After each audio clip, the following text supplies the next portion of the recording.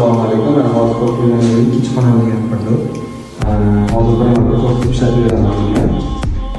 Qancha hop, xonamizga kirganimizda U-class ko'rinishi turibdi. Hozir holati high-tech o'rinda bo'ladi. Ya'ni hatto shu ko'rsataman. Ko'rganingizdek juda qulay, juda ham zo'r.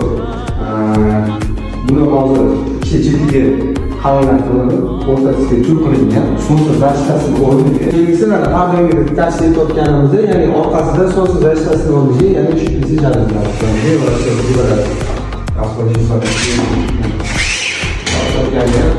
Bemalol qiladi.